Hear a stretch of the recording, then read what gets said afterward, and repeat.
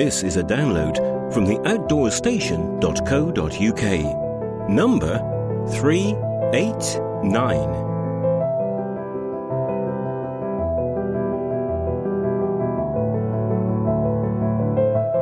You're listening to the 2015 TGO Challenge, sponsored by the Great Outdoors magazine, Handbag Footwear and Fjällräven. Part 1.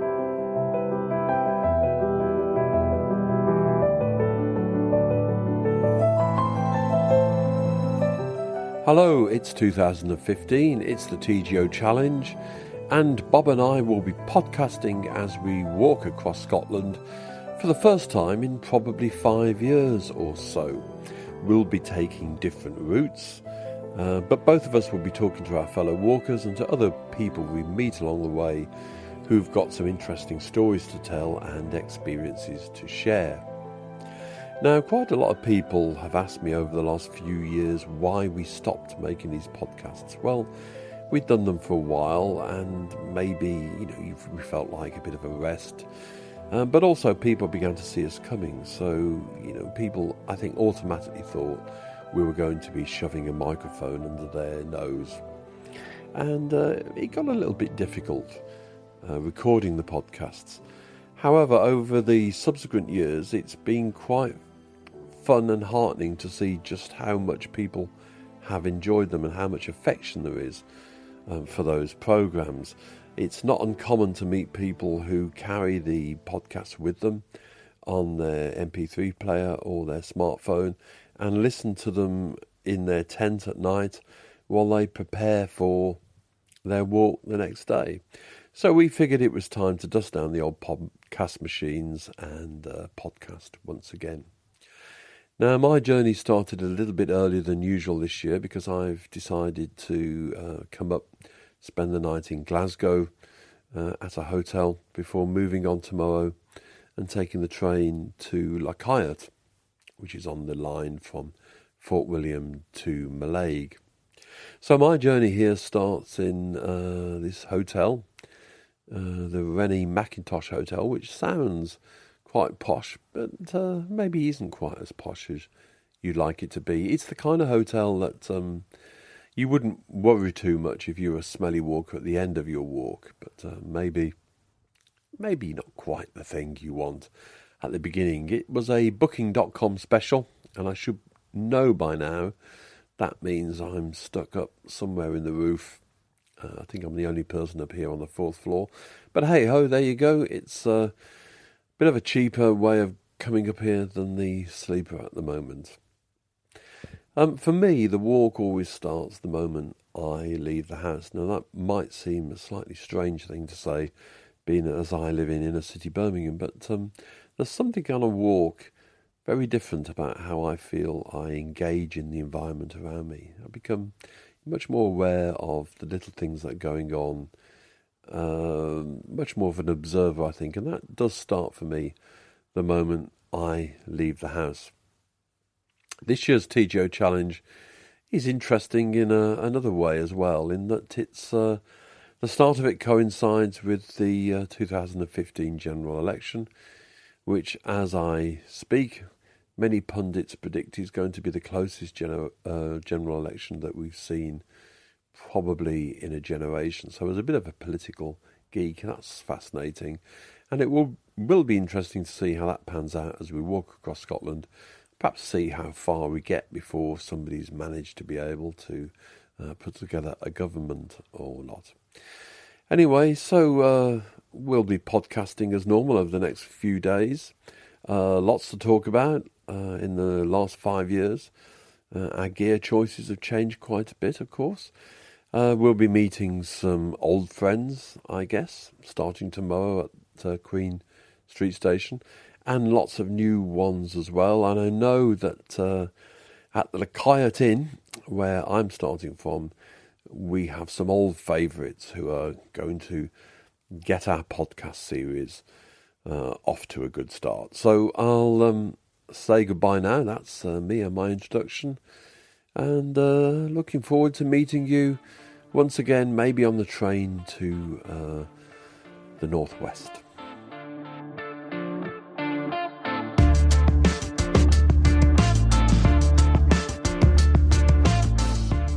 Great Outdoors Challenge is an annual self-supported walking event across the Highlands of Scotland, west coast to east coast.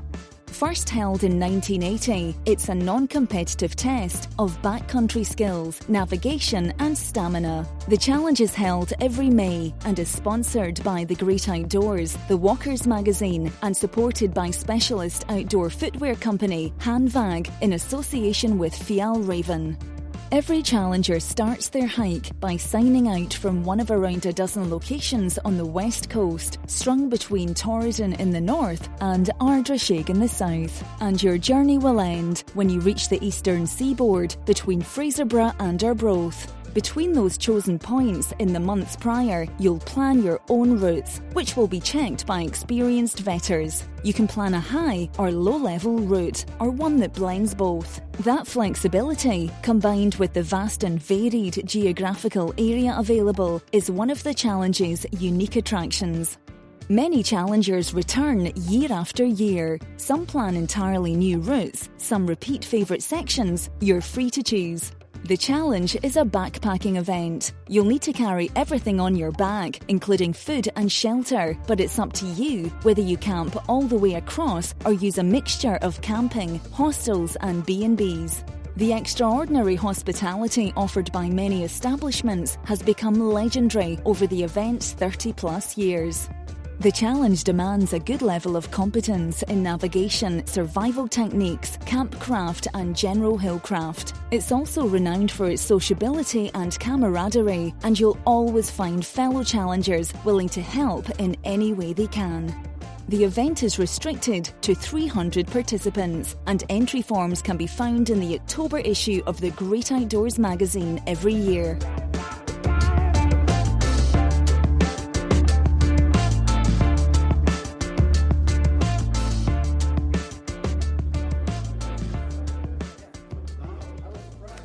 Well, now we're in La Cayette. The train has duly dropped a good bunch of challengers off. I would think there's probably 20, 25 of us. And we've just had a rather lovely meal. And I'm joined by a rather international collection of people. From Tony from Birmingham via Dublin. Birmingham. Well, the one renovation what I've had today is Humphrey, which is a countryman who comes from Ireland, born in Ireland, lives in Scotland. He told me he was a Soul boy. Now, that was astonishing because I am a Soul fan as well. So, you just don't know about people who you walk with. Soul unites the world. And of course, today we are mourning the loss of the great Errol. King. No, Errol. Well, Benny King and Errol from Hot Chocolate. Yeah. Now, that voice that's just cutting in is another of our old favourites. It's Lee Wells. Now, you're not from Birmingham. Not from Birmingham, no, from the depths of Lincolnshire, but I didn't know about Errol, you know. Yeah, died just. Yeah. And William from Barbados. Yeah, we're up here for my third challenge. Hopefully we'll finish it this time again. Okay, and how long did it take you to get here? I left Barbados on Monday evening and arrived here, Thursday evening. So quite a few days. And we've also got, excuse us lads, we've got two Dutch lads here from us. You are? Charles. Hi Charles, and That's Peter. Charles and Peter. Yeah. Yeah, and This is national news. better than that, it's Bob Cartwright's outdoor station. This station is going back to Holland. All right, So all be right. very Very careful what good. you say. Yeah, I'll be careful. So you look as if you're ready for a good walk. Yes, I'm ready for it, but I still have my doubts. Doubts? I couldn't practice a lot before, and I know what it's going to be. So I took a lot of painkillers with me, yeah. and I should be able to do it. Well, join the club because I'm always very handsome, very apprehensive about a walk. Yeah. You know, should I be doing this? I'm getting old. Yeah, My knees get are bad. every year more The fat. ankles, yeah. You say that every year. I do say it, but it's true. At the end of every challenge, and we'll probably have it this year, we have Tony saying, I'm not going to put my body through that again. I am not going to put my body through this shit ever again. Now, This is my last. Now we've all got slightly different routes this year. You're going up through Hell. Through hell. Via Lagan. Which way are you going, John? We'll end up in St. Cyrus. And places on the way, Kinloch-Leven and Loch Ossian Youth Hostel. And then we're going up to Braemar, Tarside. So you're going south from here tomorrow? Yes. Humphrey and I are going that way too. We're off to Obenbuffy. It's only a short walk, about 14 kilometres. But it's nice to get into gently. And then we're going to Glenelg, and we're going to South Loch Lagan. And William, you're going a different route altogether to the rest of us? I'm going to due east as quickly as possible. Corriat Pass and Glenfrishy into Braemar and then straight to the coast. Great. Lee's studying the menu here. Humphrey and I, Humphrey's engaged in very serious conversation. Could I just say this? Nothing to do with the challenge, but good luck to David Cameron. Steady. Now, I did warn listeners in my piece I did yesterday that this coincides with the general election, and I did hint that this might be part of the thing. This morning I was in W.H. Smith's, and the Daily Record had a picture of David Cameron in his Eton finest with a big banner headline that said, "England, get rid of him," which I thought was quite cool. However, we're supposed to be impartial in this, and of course Bob, who runs the Outdoor Channel, I mean, we don't know of his political affiliations, but it could well be UKIP. As I said, I don't know what political persuasion... Labour! I say that simply because I was in Malvern the other week with you indeed, and there were UKIP posters everywhere. I'm sure Bob isn't part of that persuasion. And of course we have Humphrey here, who's busy eating his food. He's too busy to talk to us now. So, William, the challenge, Barbados to Scotland, is a bit of a difference. Pardon, we get the thing? Barbados is a bit different to Scotland. Yeah, it's drier, it's hotter, it's warmer. Other than that, it's similar in some respects. We have an area in Barbados called the Scotland District, and I used to think that it was because of the Scots people came over 300 or 400 years and settled there. But from seeing Scotland in the last 3 years, it physically resembles Scotland. The hills are not as high, but they're the same type of terrain, the same rolling hills. A bit drier, but not wet. And what is it about the event that's made you come back? People like you all, I guess. You just enjoy the company and the landscape? Company, landscape, pushing yourself beyond your limits, and enjoying life. Well, let's just check with our Dutch friends. Come on. What's the attraction of the TGO Challenge? First time, the attraction. I didn't think about the attraction. For me, a challenge to see what I am capable of. Oh, with my friends. Well, we'll catch up towards the end of the event, and I bet you've had a great time. But come on, you've done this before, haven't you? So what brings you back? Madness. No. I just love doing this. I think in my work I'm spending a lot of time in the office, and I love going out in the wilderness. So that's what I want to do, and it's also suffering, and it's happening. It's happiness. It's everything. So I like it. Yeah. I think we have to say, really, because this is audio. I mean, if people had a video of us, they'd see we're all of the age where we can suffer when we walk. But of course, suffering is all part of it, isn't it, Tony? It certainly is. But as long as I got a pint of Guinness, I will never suffer. Yeah, that's too many. Well, I've learnt over the years of doing this that it's not a good idea to get between Tony and his pint of Guinness. So we'll sign off now, and we'll see you along the way, lads. We'll look after you and get some reports as to how it's going, and you'll be back, you know. You won't just do one. You'll be back. Right? Okay, well, that's us from the Lacaille Inn, and we'll speak to you later.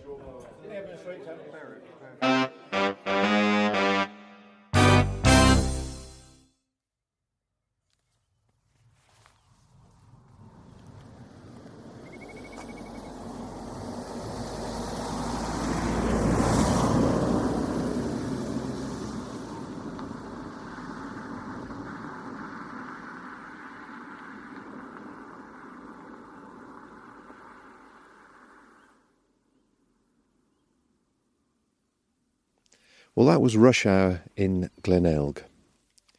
What a beautiful, beautiful place. And what a wonderful place to start this year's TGO Challenge 2015. And we're starting from Glenelg to walk about 200 miles across from the west coast to the east coast of Scotland. And I have to say, standing here in Glenelg, looking across the small gap of sea over to the Isle of Skye, I have never seen such a beautiful sight. And if I pause for a moment, have a listen to what true silence sounds like.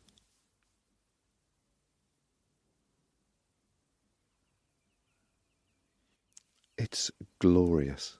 I have with me, of course, Rose, and we are heading across shortly. We've just left the B&B to pop down to the shop to get some refreshments and snacks and bars and so on for the next couple of days. But we just had to stop and absorb this view. What do you think, Rose, this morning? It's stunning. There's just the blue sky. It's glorious sunshine, blue sky. I've just heard my first cuckoo, and it is just beautiful. It's outrageously beautiful. We've, of course, been in a situation like this before where the first few hours have started glorious and then weather has changed. You're such a pessimist. Don't say that. But everybody has been telling us no end that the weather forecast today is a good day and tomorrow is open to interpretation.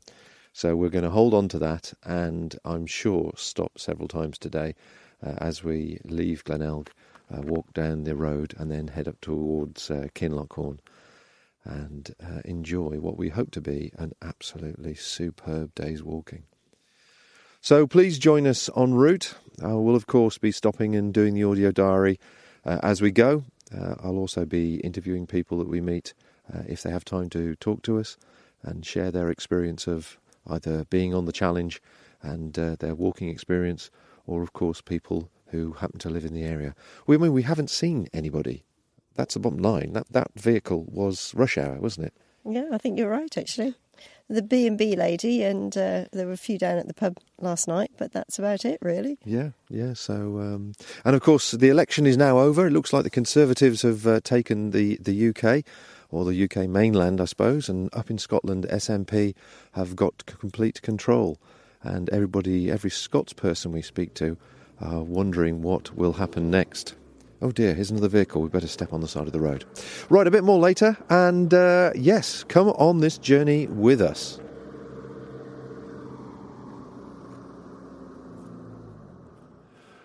Well, you'll have obviously heard we were in good spirits last night as we sat in the Lochard Hotel. For those interested, this hotel has been refurbished over the last couple of years. It's under new management and it's really very, very comfortable. We had a nice evening last night, some lovely food, great service from the staff. The rooms are comfortable and clean. And this is not a bad place to start the challenge. During the night, we had the general election, of course, and things haven't quite gone to plan as some of us, including me, thought, but there you go. However, the disappointment of the morning is offset by the view outside of my window. I'm looking out at a rather lovely hillside, the sun streaming across it, beautiful clear blue skies, a little bit of wisp of a wind, and the central heating is on in my room, so I can't quite calculate how cold it is. I think it's probably been a bit chilly overnight. But all in all, this looks like a magnificent day and a magnificent start to the challenge. And you couldn't really have wanted anything else. And for those of us who are suffering a little bit from our post-general election gloom, probably this is about the best antidote to that kind of disappointment that you could get. So today's walk is not a particularly bad one. I shall be walking with Humphrey Rateman. We will turn out of the hotel and head south, climbing up over a ridge, a steep descent down to a place intriguingly called on the map General Ross's Cairn, where we're going to pitch for the night. So basically the day's straight into the day's a climb, quite a sharp descent, but in this weather with these views, that combination of hills, water all around us that you get in this part of the world, I'm looking forward to nothing else than a rather stunning day of walking. So we'll stop and talk to you later on and let you know how we're going, but this probably is the best start to any of the TGO challenges I've had. It's a absolutely phenomenal looking day outside.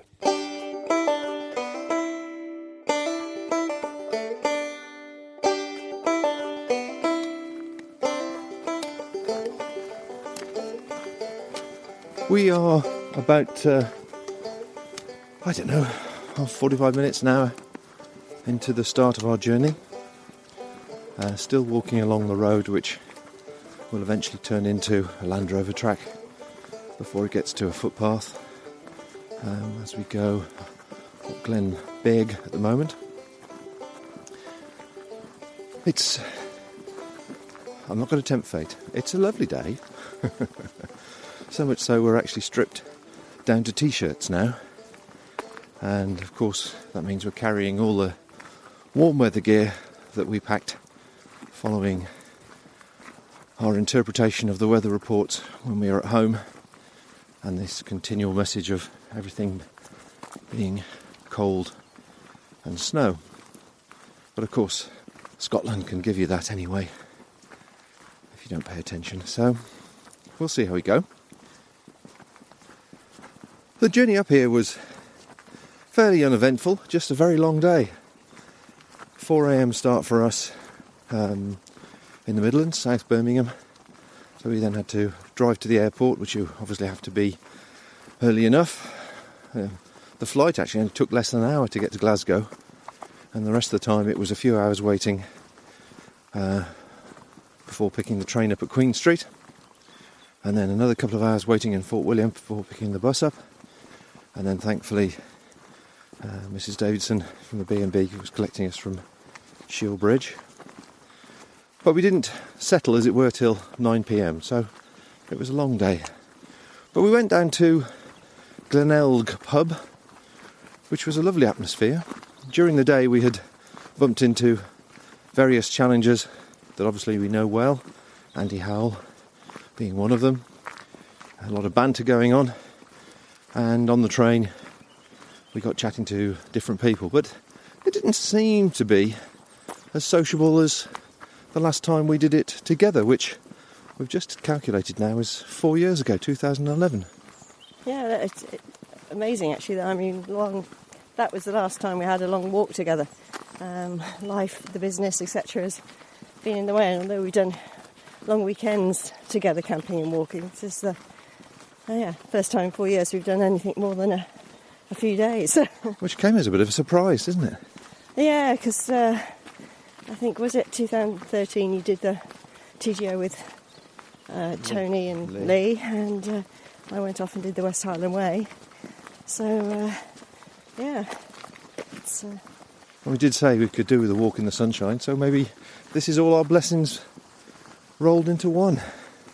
But at the pub last night, it was a lovely atmosphere. Great, definitely a rural village pub.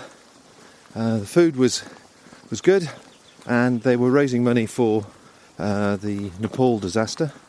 So there was a quiz night. So all the challengers got together on our table and put our money in, and we came a close 5th. Well, we tried. We put our...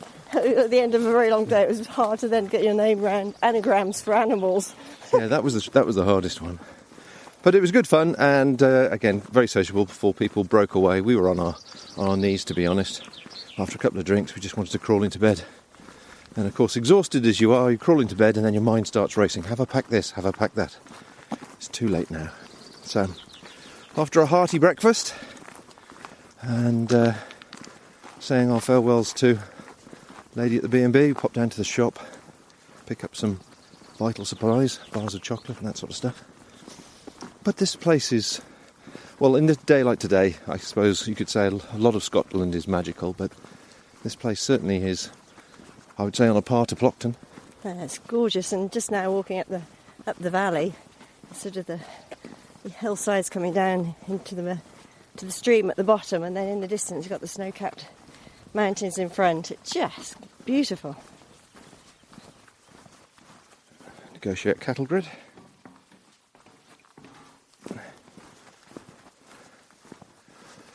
So here we are then, first time in 4 years, with a fairly laden pack really, considering what we normally carry when we do our overnight or occasional weekends away. How are you feeling?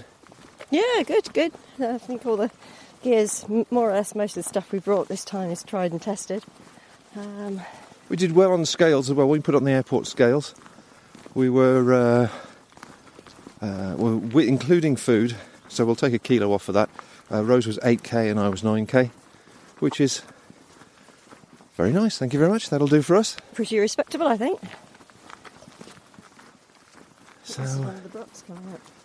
So this area is famous for brocks. Now, I don't fully understand what they are. We haven't done our research. We should have done. Yeah.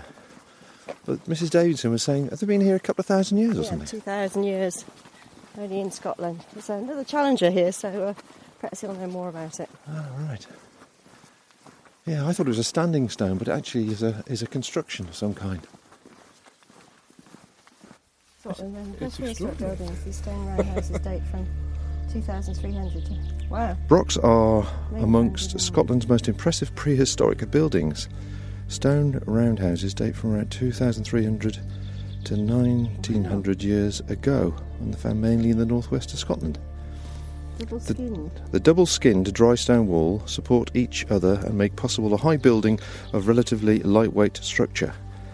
Dun Telf is the second tallest surviving brock, standing just over 10 metres high. It survived almost complete until the 18th century, when it was partly demolished for buildings nearby. What is puzzling is the relationship between this brock and the one just up the glen at Duntrodden. Did one brock replace the other, or were they lived in at the same time? 200 sites in Scotland are classed as probable brocks, and 300 as possible brocks. I'm sure the SNP will have something to say about that.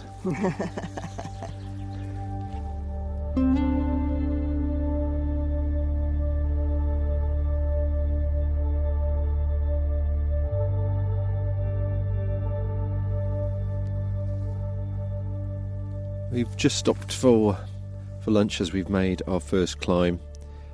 It's just gone 2 o'clock now. And I have to say, that would seem like a really, really long climb. It did take a long time to get up there, and I don't know if it's age or it's just exhaustion or just not being ill fit. But that was hard going, wasn't it? It was. There's a big difference, isn't there, between walking the dog and being gym fit and riding or whatever else activities you do, and actually carrying a pack up a mountain. Yeah. So we're at the top of the Belach, which is about 470 metres, I think it is. We've done about 12, 13k, and we've just made a calculations to our camping spot. It looks like it's about another 10k. Looking down at the other side, down towards Kinlochhorn, it looks like it is a bit boggy. Although it's not raining now, and it's been quite a sunny, pleasant day, in fact. It looks like, obviously, the rain the last week or so has left the ground fairly boggy, and we're sitting on our little bothy bag. I have to say, this bothy bag has been a great addition to when we were both out walking, don't you think? Yeah, it's really good because we can sit on it and just pull it over you, and just kills the wind. Yeah, definitely. It makes you feel a lot... well, the ground is wet, isn't it? When you sit on the ground, it's definitely wet. So, but, the snow's just up there, so... Yeah, well, that's true. But it's a useful item, not only for an emergency point of view, but for also just chucking on the ground quickly. So that's good. The other thing that we've got this time is I'm using Route Buddy software. on the iPhone. I've sort of steered clear of GPS-based software for phones for a while. I prefer old school with a map and a compass, but to be completely fair, it's proved its worth already with just a couple of clarification points. A couple of areas where the path split, we misread the map and we thought we were a bit further on than we actually were. So it's been proved its worth from that point of view. It's just reassuring for it to pinpoint you exactly where you are. Yeah, it's interesting, isn't it? We did the classic make the map fit what you think, not where you actually are. Yeah. And double checking it, first of all, with a map, and then looking at the route buddy, it was clear where the error had been made. So, although it wasn't a dangerous moment, it was reassuring to have it. So, I shall give a few comments as we use it as we go on, but I have put our route into it and just double check it every now and again to see if we're still on the appropriate marked path. But so far we haven't really needed to do that. It's just been fairly obvious where the path is. As I say, it's just little subtleties. The other thing I found quite useful on it is whichever direction you point the top of the phone, there is a little rotating arrow on your pinpoint. So when we were actually driving up here yesterday on the bus, I knew we were going, we came past Lagan, which is where we're going to be going, and there was a route that I wanted to get down from the ridge down to Lagan, and with the route buddy, it was quite nice to be able to point it out of the window of the bus at exactly where the route was going to be, and the little arrow confirmed that that's the hill that we're actually going to have to make our way down. So it was quite reassuring from that point of view, just to go, yeah, confirmation, that's definitely the hill we're coming down, and that's the route that we should be on. So I like it for confirmation point of view. I wouldn't like to do a trip without a proper map and a compass. No, as you say, you just... It's landscape, isn't it? You can see a bigger landscape. As you get more familiar with maps and you can read the contours, you can picture what's coming anyway. Yeah, I mean, I've got the Ortlib map, and the Ortlib map case, the square one, and I've cut a map down for each day, I've cut the maps up regarding fitting it into the map case, and so it's 20. Yeah, it's almost 20 squares, 20 kilometres square, which gives you a better viewpoint of what you're looking at, and also if you need to make variation. Although it is actually on the route buddy, it's on the phone. Obviously, if the phone dies for whatever reason, it's still nice to have a hard copy. Yeah, that small screen on the phone's quite hard, isn't it? You want to... The detail is phenomenal. Yeah. But it's almost too much, isn't it? Yeah. But anyway, great combination between the two, seem to be working really well, which is what I wanted to say, really. Okay, so the clouds are coming in. The barometer's dropped on the old watch, so it looks like it might be getting a bit cooler. So we better get down the other side and see if we can get our way through what looks to be a fairly flat, boggy area and get down to Kinlochorn before we turn left and start looking for our appropriate camping spot for the evening. So, as I say, we've got about 10k to go. So, if we're lucky, 4 hours. Yeah, I reckon. With what's underfoot. Yeah. 4 hours, 7 o'clock. Yeah, it'd be nice if we could be a bit sooner. Sooner, definitely. Well, we'll see what we come across. Okay, onwards and downwards, as they say. Find out how easy it is to subscribe to all our free programmes. Visit our website at theoutdoorstation.co.uk or look us up on Facebook.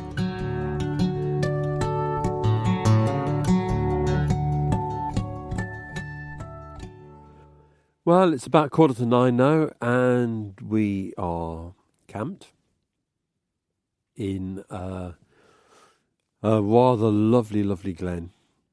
I spoke to you at the top of the climb today, at the top of the col, and we said that we hadn't seen virtually any evidence. We couldn't see any evidence of human activity. And that's been so for the rest of the day, really. We climbed down a very long and steep, very slow descent. Almost Pyrenean, we decided, in its character. So we descended to the base of the glen, the little glen, and then found walking was pretty tough because everything was so waterlogged. So we've traipsed along within striking distance of the end of the glen. We didn't get to our target today, which was General Wade's statue. We'll have to wait till tomorrow to go past it. But we're meeting fellow challenger Julie to take a boat over Loch Shiel tomorrow. So we don't have to meet her till 12, so we'll get cracking early and try and make as good progress as we can. But this little campsite we've found now is absolutely gorgeous. We've had stunning weather all day, absolutely beautiful. A bit of cloud forming now in the evening. And tomorrow looks as if it's going to be another nice day, though we might get a little bit of rain there. But pretty good weather and a pretty good workout for the first day. Sheer climb up to 800 metres without any real discernible paths, and descent almost just as much again without any really discernible paths, and then a lot of slogging through very waterlogged land. But it's a lovely, lovely spot we've got. I'm looking forward to taking some photographs of it tomorrow. So tomorrow, as I say, we walk to take the boat over Loch Shiel, and then we'll aim to end up, I suppose, somewhere either just above or on the descent of Glengower, and that will allow us to cross Corham Ferry over to the other side of the Great Glen on Sunday, when the weather is due to change by the look of it. Anyway, that's us, that's our day, and we'll speak to you tomorrow.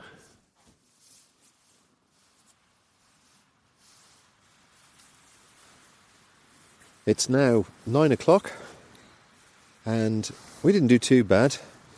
We got to the suggested camping spot by the assessor, Peter Goddard, and we kept pushing on for it. And we got here about 6:30, which wasn't too bad. We were aiming to finish, if we can, each day by 6, because we just need the time to relax and rejuvenate ourselves. And also, to be fair, it by the time you do the cooking and all the various things you need to do, it can take a while. So we were relatively pleased at 6:30, but both of us were actually dog-tired. I think we did, I'm trying to remember my route now, I think it was 25k. It's either 23 or 25k today. So starting off around 10ish, it was just before 10 I think we started. So an 8-hour day really, walking. We stopped for half an hour to have lunch, which was some sandwiches and bits we picked up from the shop in Glenelg.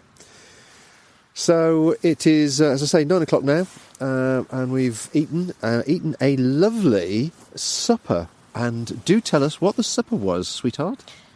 It was a smoked haddock with capers and rice. And it was superb. Home dehydrated meal. So all we did was we had it in little plastic containers during the day just to speed up the rehydration process with a little bit of water in there. Just dropped it in the pan, added a bit more water, brought it to a steady simmer, let it simmer for a couple of minutes, put it in the pot cosy, went to do something, cleaned some things, came back, put it back on the heat again, brought it up to the simmer, which was virtually instant because it was still piping hot. Dropped the rice in, brought that to a simmer again, which was 30 seconds, simmered it, give it a good stir, put it back in the pot cosy, went to do something else, came back in 5 minutes or so, and it was ready. And I have to say, it was delicious. Both of us, with the sunshine today, have actually perspired a fair amount, and it was quite a salty meal, which was just what we needed. It was indeed. And talking of, because we were so hot, we actually stripped off and had a wash in the old creek here. I know, skinny dipping or what? And it was, oh my God, cold. But it's like one of those things, you do it and you think, why am I doing this? It's completely mad. And then afterwards, when you rub yourself down, you feel really recharged and your skin's all glowing and somehow you warm up. I was going to say, you actually feel warm, don't you? Yeah, absolutely. So that was a rewarding thing to do. And of course, the weather's been really good. It's been a very, very mild night. There's hardly a breeze at all. And we have washed everything and dried it out and hung it up to dry as best we can. And the remnants of our underwear and socks are now hanging in the tent in front of us, which is just a charming sight to go to sleep with. Based on my last experience in 2013 on the first night when I didn't do my shoes, or even though today I hardly got my feet wet with the Terox, and Rosa's got Terox, I was using Rock Lights. Still, when I took them off, the footbed was full of grit, which just goes to show that even though you don't think you've actually gathered some grit, it's worthwhile cleaning the footbed. So we've cleaned the shoes, we've rubbed the footbeds clean, we've done the same for the socks, and are trying to look after our feet, because as we all know, you've got to look after your feet. You have. So when we put some foot balm and foot cream, refreshing balm on, our old favourites as well. Our feet have been refreshed, our teeth have been cleaned, and we're now lying down and exhausted, going to get some Betty Buys. So that leaves us... what did we have for pudding?